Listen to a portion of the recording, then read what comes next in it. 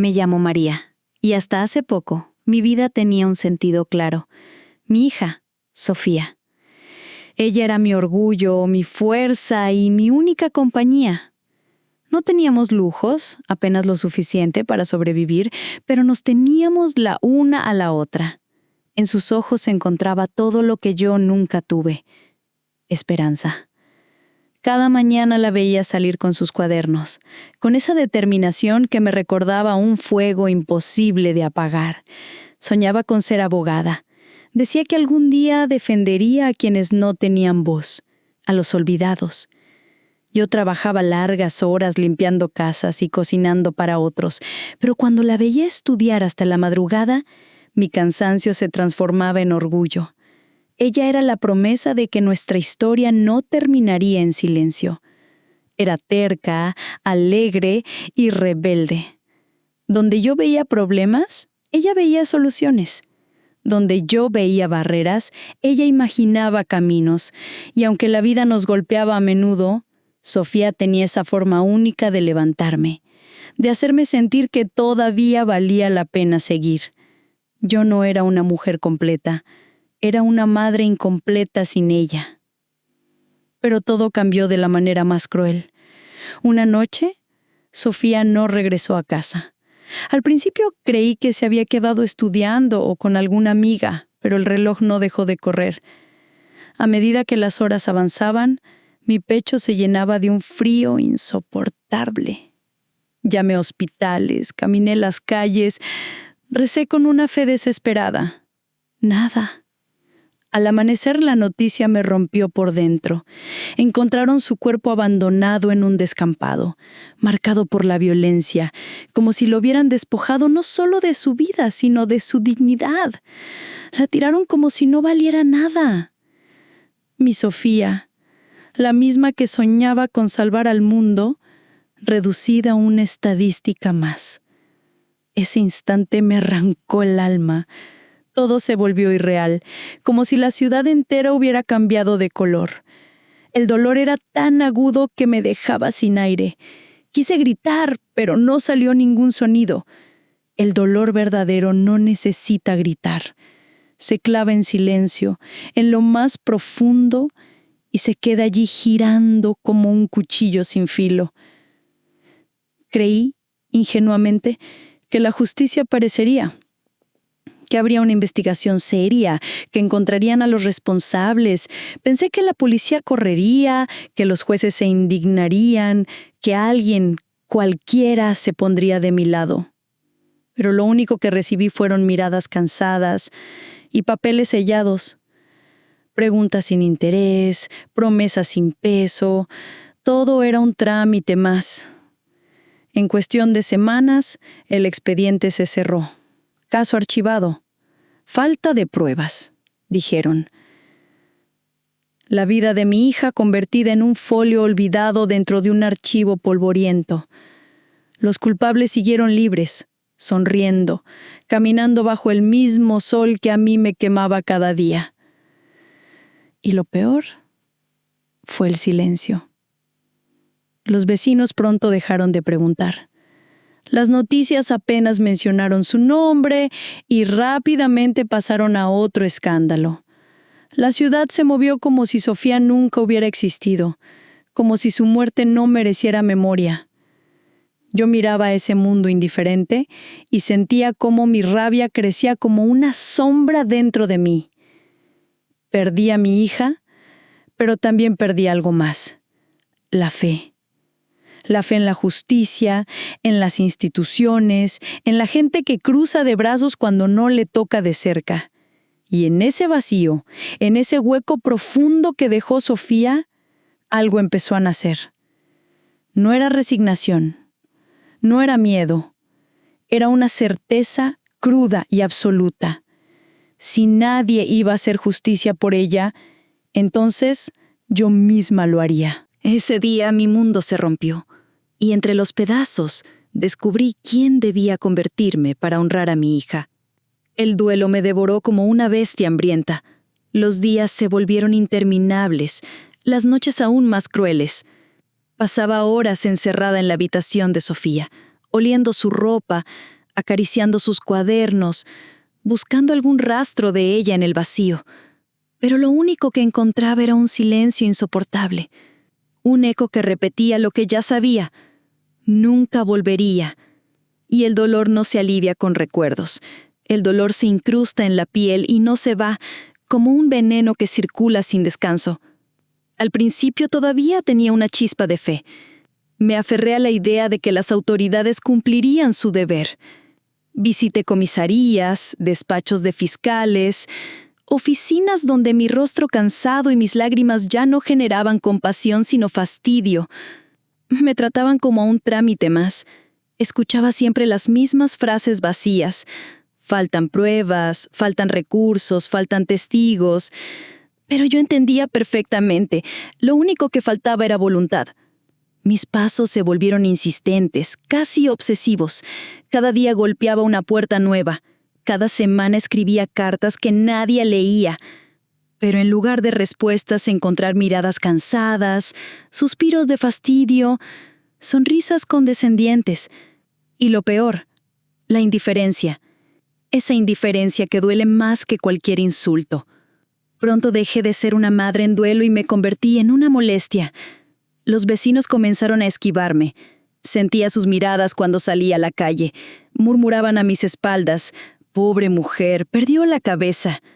Algunos familiares me aconsejaban resignación, que aceptara lo inevitable. Como si aceptar fuera siquiera una opción.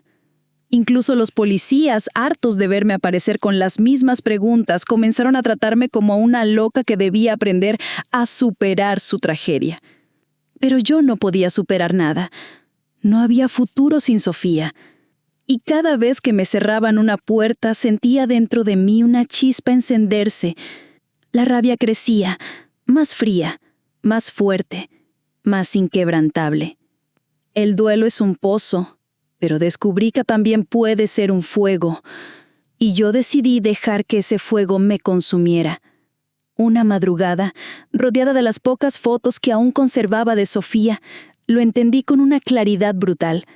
No habría justicia si yo esperaba. No habría respuestas si me limitaba a llorar. La justicia debía nacer de mí, y no con súplicas, sino con mis propias manos. Esa certeza se instaló en mi pecho sin necesidad de palabras. Fue como un hierro candente que marcó mi destino. Desde ese día mi vida cambió. Dejé de caminar como una víctima y comencé a moverme como una sombra. Escuchaba rumores, hacía preguntas disfrazadas de curiosidad, recorría los mismos lugares una y otra vez. Donde otros veían calles vacías, yo encontraba rastros. Donde la policía archivaba papeles, yo descubría nombres, apellidos, vínculos, movimientos. Poco a poco el mapa de los culpables empezó a dibujarse ante mis ojos. Me transformé en alguien distinta. Dejé de dormir con el cansancio del duelo y empecé a entrenar mi cuerpo. Corría por la ciudad de madrugada, empujando mis pulmones al límite. Levantaba peso con lo que encontraba en casa, fortaleciendo mis brazos, endureciendo mis piernas. No quería ser fuerte, quería ser resistente. Me volví meticulosa, calculadora, paciente. Mi rabia necesitaba un cuerpo capaz de sostenerla. Y lo más sorprendente es que nadie lo notó. Para el mundo, seguía siendo la madre loca que nunca superó la muerte de su hija. Nadie sospechaba que, bajo esa máscara de dolor, una nueva mujer estaba naciendo. Una mujer que ya no pedía, que ya no suplicaba, que ya no esperaba. Había dejado de buscar consuelo. Ahora buscaba venganza. Y nada, ni nadie me detendría. Seguí los hilos como quien persigue un fantasma. No era fácil. Había noches enteras en vela. Días en que mi cuerpo se arrastraba por las calles como una sombra agotada. Pero nunca dejé de buscar. Con el tiempo, los nombres y rumores que parecían insignificantes fueron tomando forma hasta que todo apuntó a un mismo rostro. Él. El hombre al que Sofía había conocido en una fiesta universitaria. El último que fue visto con ella. Todos lo mencionaban en susurros, con miedo, como si pronunciar su nombre atrajera desgracias. La policía jamás lo tocó. demasiado protegido, demasiado influyente. Para ellos era intocable. Para mí, era el asesino de mi hija. La primera vez que lo vi de cerca sentí que mi corazón quería salirse del pecho. Estaba fuera de un bar, riendo, con el vaso en la mano, rodeado de amigos que lo trataban como a un rey. Mientras yo lo observaba desde la otra acera, en la penumbra, el mundo se volvió irreal. No entendía cómo podía caminar tan ligero, cómo podía beber, cómo podía seguir respirando mientras Sofía yacía bajo tierra. La injusticia ardió en mi pecho como un hierro candente. No podía actuar de inmediato. Tenía que esperar, estudiarlo, aprender cada uno de sus movimientos. Lo seguí durante semanas. Observé los lugares que frecuentaba, las calles que transitaba solo, la forma en que se movía cuando creía que nadie lo miraba. Me convertí en un espejo invisible, pegada a su sombra, anotando cada detalle en mi memoria. Descubrí dónde vivía, a qué hora llegaba, qué rutas tomaba. El riesgo era constante. Bastaba un giro inesperado de su cabeza, un instante de descuido mío y todo se derrumbaría. Pero la necesidad era más fuerte que el miedo. Cada acercamiento era un duelo entre mi rabia y mi miedo. Había noches en que lo tenía a pocos pasos, tan cerca que podía escuchar el roce de sus zapatos en la acera, y aún así me obligaba a contenerme. El instinto me gritaba que me lanzara sobre él, pero la razón me resusurraba que todavía no, que el momento perfecto llegaría. Y en ese equilibrio frágil fui forjando mi determinación. Lo más difícil no fue seguirlo, sino enfrentarme a mí misma. Había instantes en que me miraba en un espejo y no me reconocía. La mujer que lloraba en la cama de Sofía ya no estaba. Ahora mis ojos eran fríos, mis manos firmes. Había noches en que me preguntaba si me estaba convirtiendo en algo monstruoso, si al buscar justicia estaba perdiendo lo poco de humanidad que me quedaba. Pero cada vez que la duda me invadía, cerraba los ojos y recordaba la sonrisa de Sofía, la forma en que me decía que lucharía contra las injusticias. Y entonces sabía que mi camino estaba marcado. La noche decisiva llegó sin aviso. Él volvía solo a su casa, tambaleante de alcohol, arrastrando los pies en una calle mal iluminada. El silencio pesaba en el aire. Yo lo esperaba agazapada, con la respiración controlada, con el corazón latiendo como un tambor de guerra. En ese instante comprendí que no había marcha atrás. Avancé entre sombras, y cuando lo tuve al alcance, todo mi cuerpo se tensó. Sentí la energía correr por mis venas, fría, precisa. Lo tomé por sorpresa, y en sus ojos vi lo que había esperado tanto tiempo. Miedo. Ese mismo miedo que mi hija debió sentir antes de morir. Lo que siguió fue un torbellino de fuerza y furia. No hubo palabras, no hubo súplicas, solo golpes, movimientos decididos, el estallido de todo lo que había guardado en silencio durante meses. Cada acción llevaba el peso de mis noches sin dormir, de las puertas cerradas, de la indiferencia de la justicia. Era yo, era Sofía, era cada madre olvidada, descargando el dolor sobre un solo hombre.